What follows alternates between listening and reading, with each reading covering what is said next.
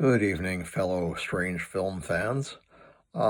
Today, in continuing my reviews of LGBTQIA plus weird films, we come to one of my favorites, 2013's Killer Drag Queens on Dope. And if that's not the best title for a movie ever, I don't know what is.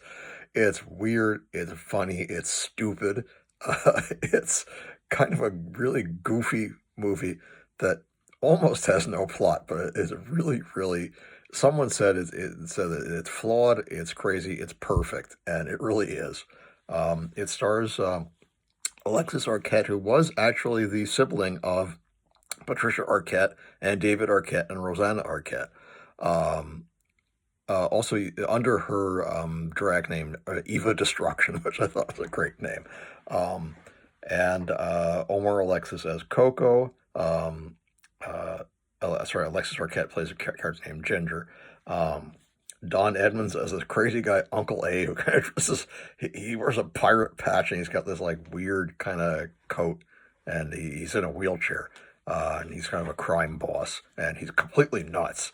And then there's it was directed and written and produced by a guy named Lazar Saric, and I think a couple of his siblings were in it too, in minor roles. The soundtrack's really quite good. It's an interesting kind of jazzy soundtrack, almost reminiscent of film noir.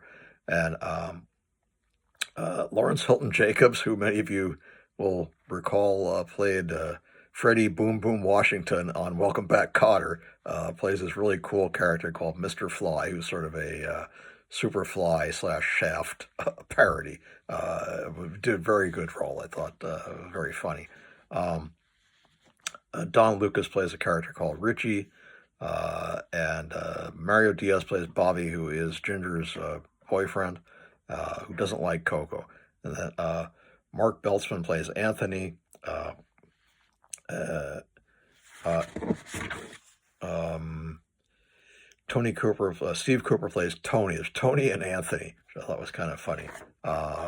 And they're two henchmen who are like completely clueless. And one of them, Tony, wants to take over because he thinks Uncle A is dying and he wants to take over the business. But they're both kind of doofy. Clark Weaver plays a character called Roy, who isn't around long. And Mark Elliott plays a guy named Baron Paxton, and he's not around long either. Haji, who was in Faster Pussycat Kill Kill, Russ Meyer's first movie, is in this as a psychic called Moonji, and her character's really weird too. And that was her last film role, by the way. The plot, if I can describe it at all, and I'm sorry if there are spoilers. This movie is 20 years old, so if you haven't seen it, there's going to be spoilers here. If you haven't seen it, don't watch the rest. But basically, Ginger and Coco are two hired contract killers, but they're not supposed to be. Bobby is supposed to be the contract killer for Uncle A, but he, for some reason, can't do it. He's like too wimpy or something. He can't actually kill people. So he has Ginger and Coco do it for him. In the first scene, they meet up with this character, Roy, in a hotel room, and he's saying, wow, Uncle A really sent over some beautiful girls this time. And, he starts making like smarmy remarks about, why doesn't Ginger sit on his face? And she says, oh. And Coco orders a couple of daiquiris for them, and then she says, "Oh, you said something about sitting on your face." Puts a pillow over his head and literally sits on his face and smothers him to death with her thighs, which was kind of funny. And she'd also supposedly tied him up. You could see the ropes aren't actually attached to anything, which I thought was really, the special effects of this movie are really cheesy and bad on purpose. It's not supposed to be very realistic. There are some good special effects, though, actually, later on. And so anyway, they've carried out this assassination that Richie was supposed to carry out, or Bobby, rather, was supposed to carry out. And then, he comes and tells them that they did a good job and, congratulates them. And, of course, Uncle A, he has a scene with Uncle A and congratulates Bobby on, doing the killing. He said, what did you do to his eyes? And you see, like, because he was suffocated, his eyes kind of bugged out. says, I don't know, because he also almost gets in trouble. You can't tell him how he killed him. And of course, he's supposed to be the assassin, but he's not. So, there's that funny kind of interplay there. Like I said, the guy who plays Uncle Dave plays him like way over the top and complete scenery chewing villain, and is really really funny. Don Edmunds, uh, just does a really great job as Uncle A, and he's got another hit for him. He wants to get this guy called Richie, who has what he wants, which is a very collectible. I should mention, Coco has a habit of she collects these quote-unquote Lovely Linda dolls. Lovely Linda is obviously a Barbie-type doll, only they make different ones. And there's like a blonde one and a brunette one. They kind of represent Coco and Ginger, and because Ginger is blonde and Coco is brunette. And she wants to get her this very expensive one that has a pair of Manolo Blahniks, and it costs like $5,000 or something like that. And Ginger's saying, we can't afford that. She says, oh, please, it's collectible. And, tells her she's going to get it for her. But meanwhile, this character called Richie has a very rare collectible Lovely Linda doll, which is the New Wave Lovely Linda doll from 1986. And they only made 10 of them. They were recalled because parents were kind of outraged at the idea of having a punk rock kind of doll. And she's a redhead. So there's only 10 of them, and this guy Richie has one in this briefcase that's full of like collectibles, like Action Comics #1 and other things like that. And they're supposed to kill him. They go over to his house, and there's another killing before that. There was a guy who I don't know, he crossed Uncle A somehow, and for some reason Ginger dresses up as a nun, and she's got like rosary beads, and Coco says, don't you think that's a little too much? She says, oh, okay. She takes off the rosary beads. How do I look now? She says, fabulous. They go and they, she's made these poison darts and a blowgun for Ginger to use. She says, don't you think that clashes with my outfit? I thought it was funny. She'll only use weapons that don't clash with her outfit, so she stabs him instead with a Gurkha knife, and while he's driving, and eventually he keeps driving for a while, and eventually he passes out. And then she comes back into the car, still wrestling on, pushes him on the back seat, and the knife goes right through his chest. And then, again, Bobby is congratulated for that killing, even though he didn't do it. Then they meet this guy, Richie, who is the next person Bobby is supposed to kill. And they're going to shoot him. And she asks him, Ginger asks Coco to stay in the car. She says, why do you want me to stay in the car? He said, well, I need you to kind of stay on lookout, and it could be dangerous in there. He says, oh, tell me the truth. You just don't want me in there. Superwoman never asked Supergirl to come out of the car. She says, there is no such character as Superwoman. There was Wonder Woman. She said, I think you were thinking about Wonder Woman. She said, don't tell me what I'm thinking. That was a good line. There's a later scene where they drop acid, and they take it in they have these like little toy, tea, like a child's tea set, and they put it in the tea, and then they put it on sugar cubes, and they drink it in the tea. So that was funny. And they do a scene where they're driving this Camaro, and they do they solarize all this. And solarization is where they reverse the films, where everything looks negative, looks reversed. And I thought that was kind of cool, that solarization effect. There's a scene where the two, Tony and Anthony, are sent to eventually to get them. They figure out, they capture Richie, and he told something that was inconsistent about killing Richie when he didn't kill Richie. Richie's still alive, and he says, who are these two girls you sent after me? Richie says to Uncle Lee, what do you mean, two girls? I don't know anything about two girls. And now he suspects Richie is lying to him, and starts beating them up. And he sends Tony and Anthony to intercept them. They're just tailing them for a while. And eventually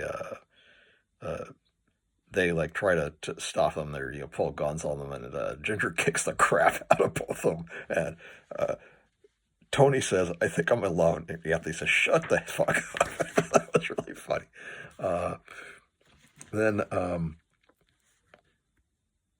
There's a great line. They come down off the acid trip, and Ginger says, oh, don't worry, everything will be fine. And Coco says, no, it's not. We need new clothes. She says, let's go shoplifting. It'll on me. That was funny. You don't see that actual scene. Maybe that was a scene that was cut. I don't know. Let's see. Uh, Eventually the next person who's sent out, Uncle A now is pissed off that Tony and Anthony had the crap kicked out of them by women, and the fact that these women he thinks have this doll that he wants, the lovely Linda doll, and the new wave lovely Linda doll, which is very collectible, and he's a collector, so he sends this guy Mr. Fly, played, like I said, by Lawrence Hilton-Jacobs, as this suave, sophisticated kind of assassin. And Ginger goes and meets him at his apartment, and he's like trying to seduce her and being very suave and smooth. He gives her a champagne drink that's been drenched. Oh, I suppose you put a Mickey in this? And he says, yeah, a little bit. She says, well, that's tough. I drink these for breakfast. She just takes it and, drinks it like it's nothing. And he says, well, maybe there's another way to work this out. And you think that, he's trying to seduce her. And she says, yeah, maybe there is. She said he's got like a fencing gear. He's got 2 foils and fencing helmets, and they go into a fencing duel. And it's really funny that eventually Ginger wins and stabs him through the heart, and he falls over the balcony. He's been rattling off these like funny quips through the whole time. He says, I can't think of it. I can't think of anything witty to say. And he dies. That was great. A really good line of dialogue there. Eventually, then she goes back outside. She's left Ginger outside when she met, Mr. A, because she was afraid that Mr. Fly, afraid that he would harm her. So, and she comes out and she's gone. She's not in the car. She realizes she's been kidnapped by Uncle A's henchman, and goes to pick her up. Meanwhile, I don't remember if it's Tony or Anthony. One of these doofus henchmen is asked to watch over Coco, who's now tied to a chair, and he says, "Gee, I wish these were under different. We met under different circumstances, and it didn't have to be like this, because I think you're really beautiful." And she says, "You do?" And he says, "Yes." She says, "Oh," and she makes this groaning. He says, "What's the matter?" She says, "Oh, my legs are very tired from being tied up in this chair." And he says, "Would you like me to?" And she says, "Massage them?" "Yes, I would." And he starts to massage her legs, and he reaches up under her skirt, and then he gasps and pulls back and realizes that she's a transvestite. He says to Tony, "She's got a dick." He says, "What?" He says, "Oh man, if Uncle A finds out about this, he's really going to kill us. Not only did we get beat up by girls, but chicks with dicks. He's going to really beat the crap out of it. We can't say any of this to him." She says, "Okay, we won't say anything." Anthony says the stupidest line I've ever heard. He says, "I'll never understand why a beautiful girl will want to go and get a dick." And Tony says, You're retarded." That was really funny. Just the way it's delivered. Then, Ginger comes to the rescue, and she has to figure out how to get Coco out of this warehouse where there are all these assassins. And she's got a bag. You don't see what's in the bag. And she goes behind a wall, and Coco kind of is signaling to her. She rolls her eyes left to indicate there's somebody over there, and rolls her eyes right to indicate there's somebody over there. And then she looks up. There's people on the wall, including Tony and Anthony.